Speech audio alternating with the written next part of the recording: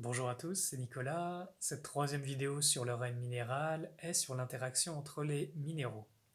Alors, suite à la mutation de conscience qui s'effectue dans ce règne, il y a quelque chose que je me suis aperçu qui est assez intéressant, c'est l'interaction entre ces pierres.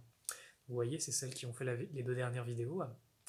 Et en fait, chose très intéressante, bon, dans leur conscience, elles baignent dans un état d'universalité, hein, de conscience du tout, mais dans leur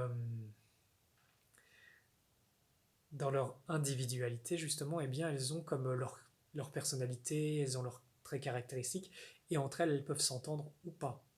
Et justement, ces deux-là, bah, elles s'entendent très bien. Donc vous voyez, par exemple, et ça c'est applicable aussi chez vous, par exemple, quand la conscience de vos pierres se réveille, eh bien, elles peuvent être en affinité ou en répulsion les unes par rapport aux autres. Et c'est pas forcément lié par rapport à leur corps, mais plus à leur individualité. Vous voyez, quand j'approche ces deux pierres l'une de l'autre, waouh, je vois énergétiquement comme des petits arcs électriques, comme si elles étaient amoureuses un peu. Je proteste un peu, elle ne veut pas qu'on dise ça sur internet. En tout cas, énergétiquement, waouh, il se passe quelque chose. Et vous voyez d'une certaine façon la combinaison de leurs deux êtres, c'est-à-dire la coopération, va permettre des effets beaucoup plus grands. Donc si je veux avoir beaucoup plus d'effets pour ces deux pierres, bah, hop, je les rapproche. Elles peuvent même choisir d'être en contact, hein, de se toucher. Et là, ce qui se passe, eh bien, waouh, c'est comme si ça crée une énergie. Comme quand, par exemple, non, je vous sépare pas, hein. Comme quand bah, deux êtres humains compatibles se rencontrent, eh bien, ça fait des étincelles, vous voyez.